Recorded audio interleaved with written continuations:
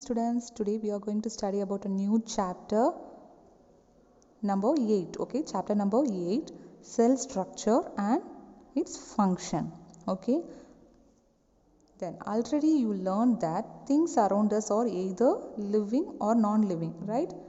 Around us in our surrounding there are the things like living things and also non-living things. You know that, right, ma'am? The structural unit of some organs, or what we call it as cell. Okay, the cell is the introduction of cell.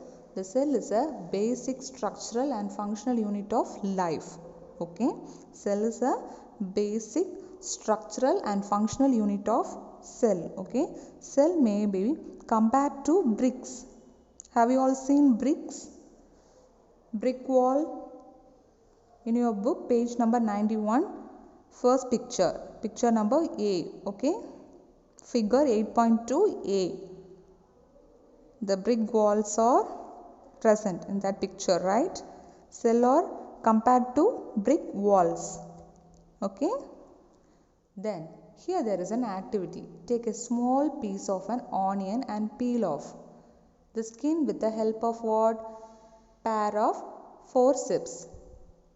Forceps means holder. Okay, take a peel using the forceps. Then put this layer immediately in the glass containing water. Okay, put the layer immediately in a glass containing water. Take a glass slide, put a drop of water on it and transfer a small piece of peel from the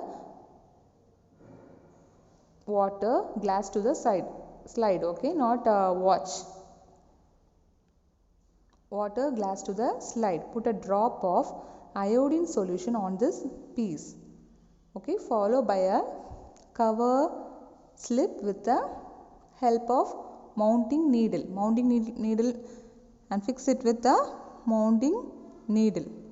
Okay, take a glass piece and pour some water and put a onion peel in it. Then add what? Iodine solution. Okay, then keep another glass piece above the first glass piece. Okay, then using molding needle cover the slip. Okay, then put the slide under low power followed by a high power of compound microscope. Okay, this you see the microscope, this is a low power followed by high power compound microscope. Okay, all these structures are similar to each other. All the structures are similar to each other in this process. Okay, what is the definition of cell? Cell is a basic structural and functional unit of life. Next, we study about one activity. Then, using microscope, how we are observing a cell using microscope. Okay, then discovery of cell. How the cell come from? Who identify the cell? Okay, the topic is discovery of the cell. Who discovered cell first? The cell was first discovered by Robert Hooke in year 1665. Okay, in the year 1665. Robert Hooke. The picture I have given Robert Hooke picture. Okay, in the slide. He examined a thin slice of cork under a primitive microscope and saw that the cork resembled the structure of a honeycomb. While seeing the microscope, the cork looks like what? Honeycomb. See the picture, ma? You know that honeycomb, right? There is a small blocks in it containing of many little components, having many components in it, in the honeycomb. We know that, right? While he is seeing using the microscope, the cork is changes to the view of the microscope, the cork is changes to what? Honeycomb. So Robert Hooke called these boxes as what? Cell. Okay. So Robert Hooke named the boxes as cell. Okay. Who invented cell? Robert Hooke in year 1665 discovered cell. Okay. He do one experiment. Okay.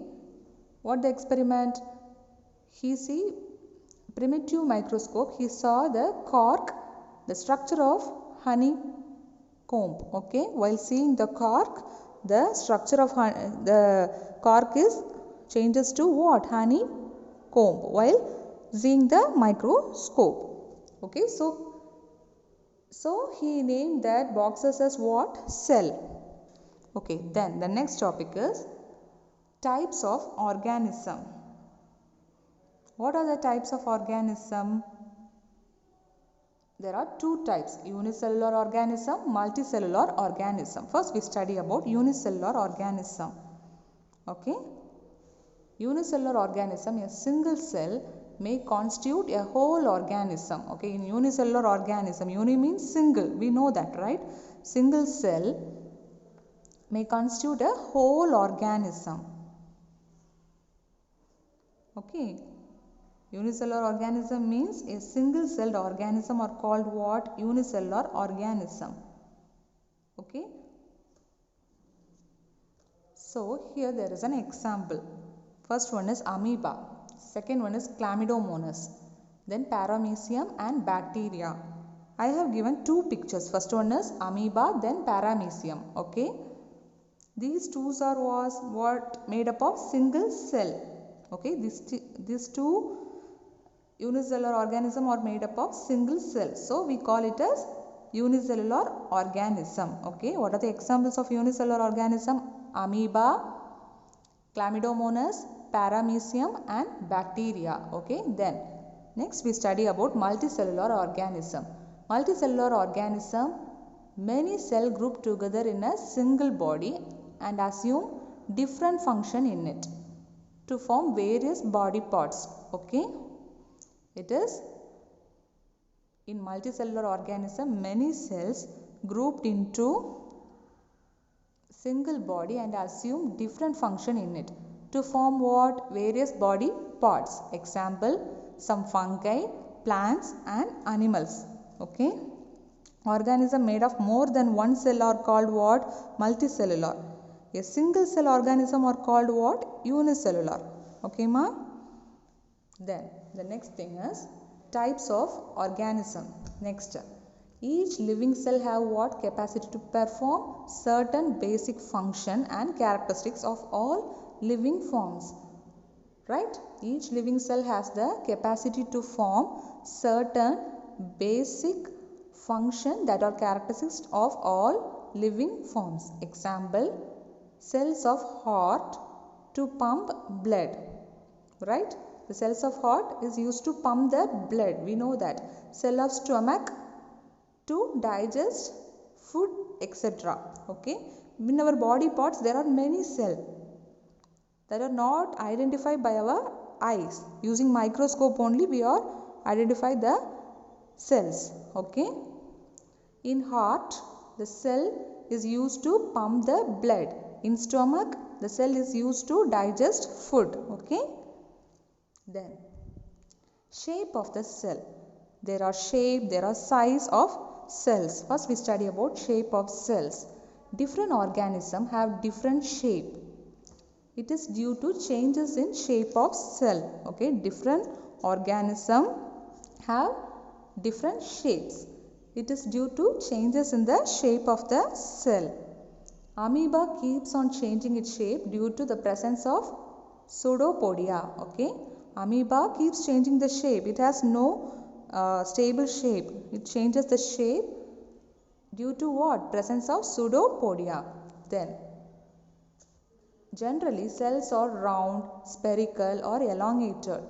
Some cells are long and pointed at both the ends. Okay, some cells are round, some are spherical, some are what? Pointed at both the ends. Some are long, some are like nerve cells. Okay, like a nerve form. Some are like nerve form. Components of the cell are enclosed in the membrane. This membrane provides shape to the cell of plants and animals. Likewise, cell wall is an additional covering over the cell membrane. Okay, in the plant cell. It also changes the shape of the cell. Okay, then size of the cell. The size of the cells in living organism may be small as a millionth of a meter. Millionth of the meter means micrometer or micron, or maybe as large as a few centimeter.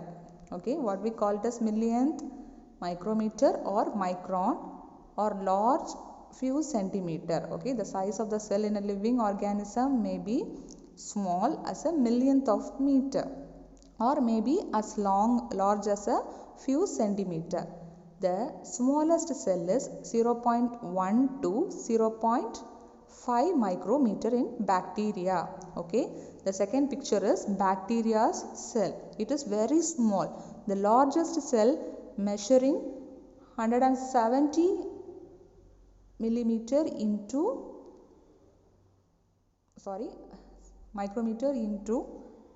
130 micrometer. Okay, is the egg of an ostrich. Okay, ostrich egg is very big, right? That cell is about largest cell. So it is compared to ostrich. Okay, ma. The second picture is bacteria cell. The first picture is ostrich egg. Okay. The size of the cell have no relation with the size of the body of the animals or plants. Okay. The size of the cell and size of the body, there is no relation. Okay. It is not necessary that the cell in the elephant be much bigger than those in a rat. Okay. The elephant size is big, but the cell may be small as compared to rat. Okay. The size of the cell is related to its function. The size of the cell is related to its function, not because of the size. Okay. For example, nerve cells, both in the elephant and the rat, are long and branched. These perform the same function, that of transferring message.